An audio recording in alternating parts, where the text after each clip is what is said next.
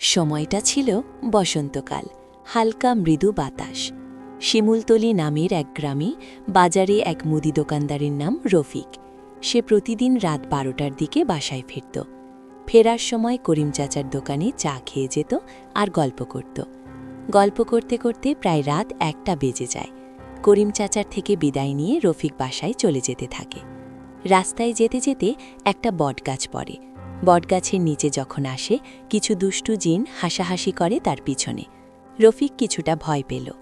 হঠাৎ করে রফিক বলে তাকে ডাক দেওয়ায় সে পিছনে তাকালো। যখন তাকালো তখন দুষ্টু জিনগুলো একটি মানুষের রূপ নিয়ে তাকে লম্বা গলা দেখিয়ে ভয় দেখালো। তারপর শরীরবিহীন মাথা, সে আরও ভয় পেয়ে গেল। তারপরেও তার সাইকেলটি চালাতে লাগল। হঠাৎ করে সামনে দেখতে পায় যেই দোকানে চা খেয়েছে সে দোকানদার করিম চাচা সামনে। রফিক জিজ্ঞেস করল, চাচা আপনি এখানে? তখন করিম চাচা ড্যাব ড্যাব করে তাকিয়ে রইল। তার আর বুঝতে বাকি রইল না এটা করিম চাচা না। যখনই সাইকেল চালিয়ে সামনের দিকে যায় তখন দেখতে পায় রাস্তার পাশে থাকা তাল গাছগুলো নয়ে পড়ছে। সে আরও ভয় পেয়ে যায়। হঠাৎ করে একটা দুষ্টু জিন ভয়ঙ্কর রূপ নেয়। সে ভয় পেয়ে হঠাৎ মাটিতে পড়ে অজ্ঞান হয়ে যায়। পরের দিন সকালে তার জ্ঞান ফেরে। দেখতে পায় একটা বুড়িমায়ের বাসায়। বুড়িমাকে সব খুলে বলল।